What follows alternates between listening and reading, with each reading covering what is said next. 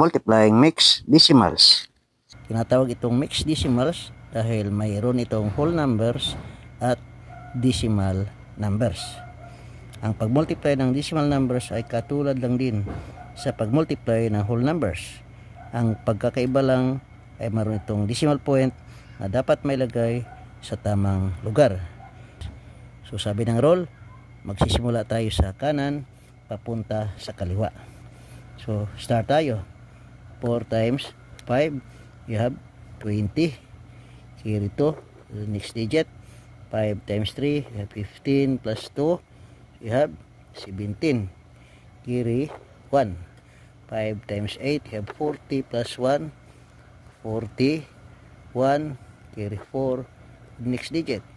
5 times 2, we have 10 plus 4, so we have 14. So punta tayo sa ating second digit multiplier. 6 times 4, you have 24. So dito dapat isulat sa second digit, isulat ang ating 4, kapantay dito sa 7 dahil nasa second digit multiplier na tayo. I-carry natin yung 2 dito sa taas.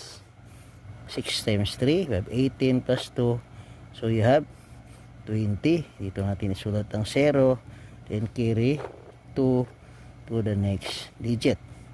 6 times 8, you have 48 plus 2, so you have 50. Write 0, carry 5 to next digit. 6 times 2, we have 12 plus 5, we have 17. So i-disregard natin yung 0 sa ating multiplication kasi 0 times any number will always be 0. So useless na isali pa natin yan sa pag-multiply dahil 0 man lang din ang resulta. So i-add natin ang ating partial product. So we have 0, we have 11, carry 1, so magiging 2 na dito.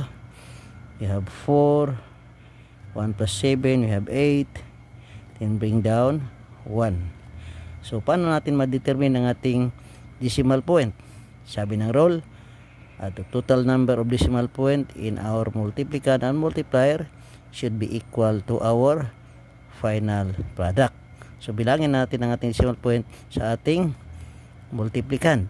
So 1, 2, dagdag natin doon sa ating multiplier, 3, 4, so mayroon tayong 4 na decimal places.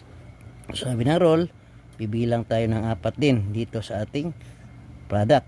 So 1, 2, 3, 4. So dito natin isulat o ilagay ang ating decimal point.